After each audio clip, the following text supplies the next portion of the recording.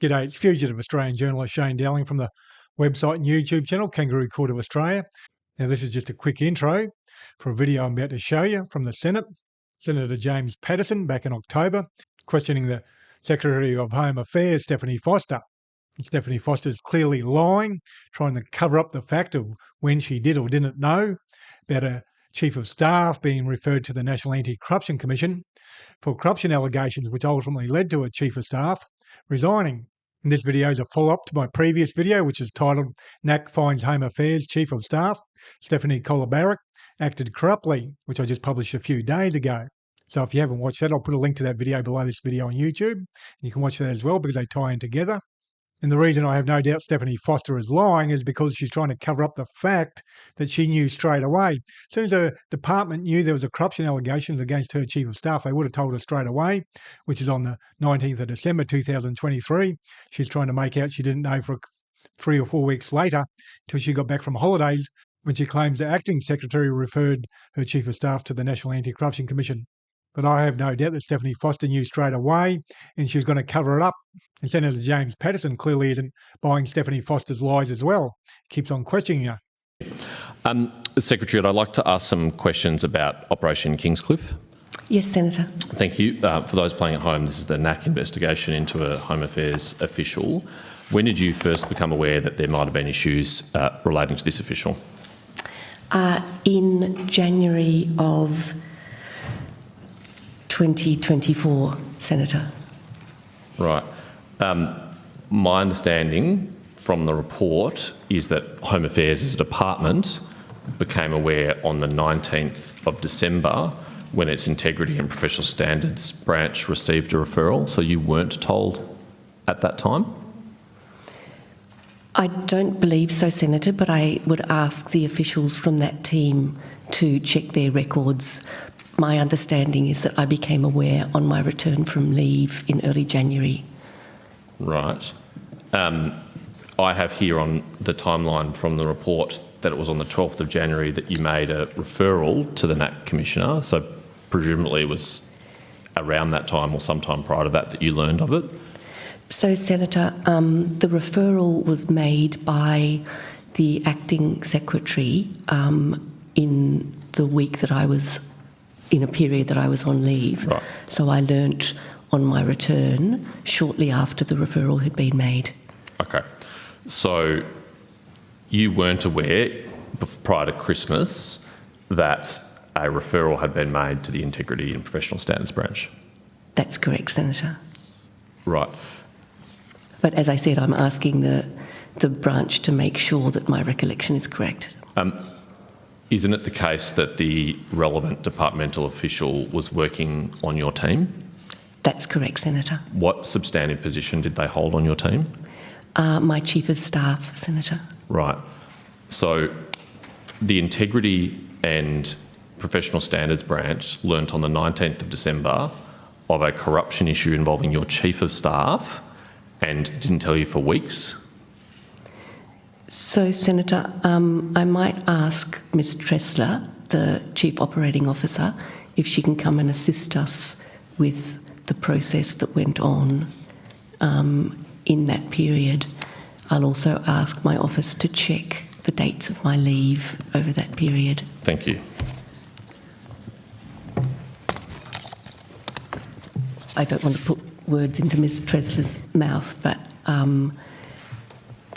I think there would normally be a period where a referral was received where the officers would try and validate the information. Sure. Thank you, Senator. Charlotte Tressler, Chief Operating Officer. As Ms Foster has stated, it would be standard practice for us to do some preliminary inquiries into a matter on referral before then working out the appropriate course of action, which would include notifying Secretary and the NAC where required as well. I do have the team just checking those dates for you as well. Thank you. That'd be helpful. And I do appreciate that it's possible that when a referral comes in, it could be entirely baseless or speculative. And so, you know, the first action shouldn't be tell the Secretary, but as soon as any validity or concern was established to be genuine, surely the Secretary should know that there's a corruption complaint about their Chief of Staff.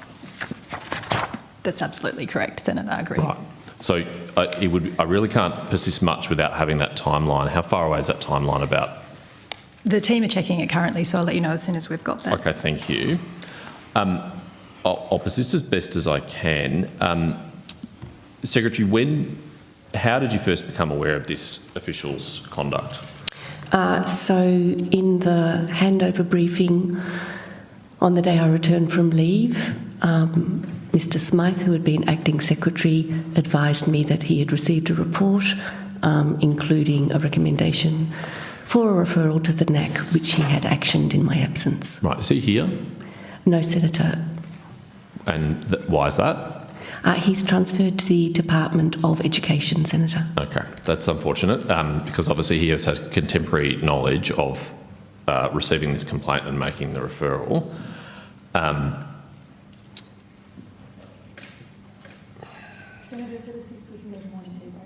Thank you. I'll just persist for a couple more minutes and then, yes, very happy to. Okay, thank you, Chair. What action did you take when you became aware of this issue, Secretary? So, Senator, the officer involved was on leave at the time, and so... Sorry to interrupt, just regular leave, annual leave, or were they placed on leave because of regular this issue? Leave. Yep. They were due back at the end of January, and so on the officer's return, on the morning of that return, she was advised by our internal integrity team and the NAC of the allegations, and she was immediately stood down and escorted from the building. Okay, thank you. Thank you, Chair. Thanks, Senator Patterson. Thank you, Chair. I should support Senator Shoebridge on that. It's not just a Greens talking point, although it might be. I think it's an objective fact by measuring objective numbers. Anyway, that's not the reason for I'm seeking the call. Secretary, did you have answers to that those timeline questions and those leave questions that I asked before? I'm sorry, Senator. I have my own leave, and I have impressed on the team the urgency of documenting that short period in December pre-Christmas. Okay. But unless Ms Tressler has an update, what I'm seeking to establish is what happened when the report was received. The officer who runs that division has assured me that his normal practice, if that were drawn to his attention, would be to have briefed his boss, the Chief Operating Officer. That was before Ms Tressler came into the job. Who was the Chief Operating Officer at the time? It was Justine Saunders. Who is still with the department or also no longer with the department? Not with the department. That's unfortunate. But the records, when we can get them, Senator, will indicate what happened in those sort of few days before Christmas. And then I was on leave essentially from Christmas forward. So my approved leave was 2 to 15 January. Right. So there was no acting secretary when this incident was first reported. You were the... That's correct, yes. Right. And so, sorry, just to say your leave again was from the 2nd of January to the 15th, did you say? Did I hear that right? I think I did say that.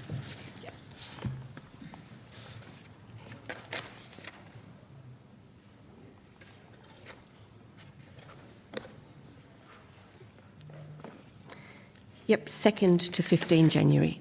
Right. So that's a time span of roughly 2 weeks before the incident was reported and you went on leave. And in that period, I appreciate it's Christmas and all of that. I don't want to be unreasonable about this, but no one thought to tell you that there'd been a corruption complaint about your Chief of Staff? So, Senator, that's what I'm trying to establish. What was happening to that report in that what was only a few days before we went on Christmas leave. Sure. But again, I mean, this is someone at the highest levels of the department with access to sensitive and important national security information, presumably with a pretty senior security clearance. And we got this complaint and shouldn't be one of the first things to happen that you be told? Senator, as I said, the officer who runs the division has indicated to me that he believes that that's what he would do in normal circumstances. We're trying to establish whether it didn't get to him quickly or whether he didn't in this instance. And as soon as we know that, we'll provide that to you. Right. So do you have the dates when your Chief of Staff was on leave?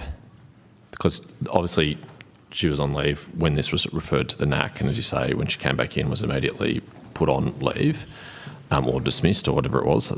My memory, Senator, was it was through the whole period of January, and she came back from leave right at the end of January. Right. But So not I'll have December, that so she checked. was still working with you up until you went on leave? We're just having those leave dates checked, Senator. Right, but as best as you can recollect, until you went on leave, was your Chief of Staff working with you? Is it ordinary for you and her to be on leave at the same time, or to stagger your leave? Senator, it varies a lot depending on who else in the office is there, what people's personal commitments are, and I don't recall when the officer went on leave that Christmas. Okay. It will be important to have that information as soon as it's available.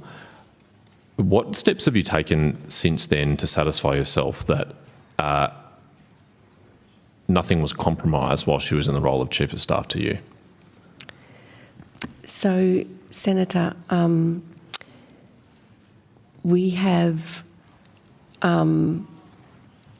undertaken a number of actions in response to the NAC report that go to the nature of the offence, of the transgression that was the subject of the NAC report. The issue that was the subject of the report, as you know, related to recruitment practices. And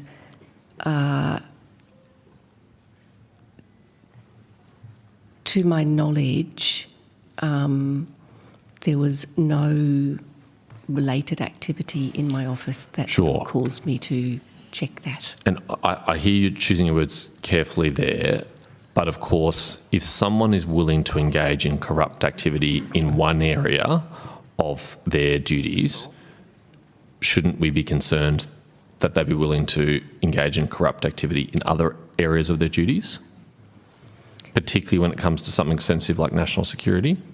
Being corrupt. They are corrupt, of course. Thank you for those interjections, Senator Shoebridge. If you need to. So, Senator, Sorry, if I could, I was just checking my memory with the team. I did, when this all came to light, I did ask the team to do some general checking that there weren't other instances that we should be concerned about or required investigation, and we did not find anything. What does that mean, Ms Tressler? So we had a look at records and did some further investigation to check if there were other instances that would require follow-up or further investigation. So this officer's conduct in other areas, their professional conduct in other areas was carefully reviewed? Is that what you're saying? So we did undertake a review. Yep. Who did that review? When did it occur? How long did it take? So I'll get further details for you, but that was our investigations and professional standards team did some further inquiries and investigation. Okay. Thank you. Further information about that would be helpful on notice. Secretary, when did you first discuss this with the Minister?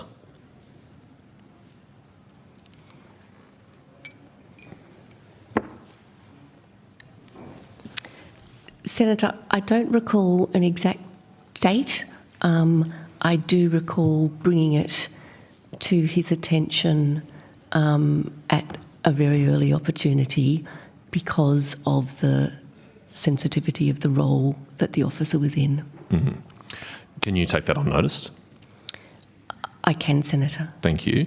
And whether the department by any other means notified the Minister's office any earlier than when you and the Minister first canvassed it? I will, Senator. Thanks for watching the video, and please do your bit and help shine a light on corruption and share this video on social media. And please hit the like and subscribe button and notification button. That way you get notified every time I publish a new video. And I'm currently running a campaign trying to get 200 new monthly subscribers. Currently got an extra 26, so something like 174 to go. And it'd be greatly appreciated if you consider becoming a monthly supporter. You can donate any amount, $3, $5, $10, $15, $20, $30, $40, $50 a month, whatever suits your budget. It all helps out in a big way. And the links for Patreon or PayPal are below this video on YouTube and also on my website. Or you can go to the donations page on my website for further donation options. Other than that, thank you for your time and have a good day.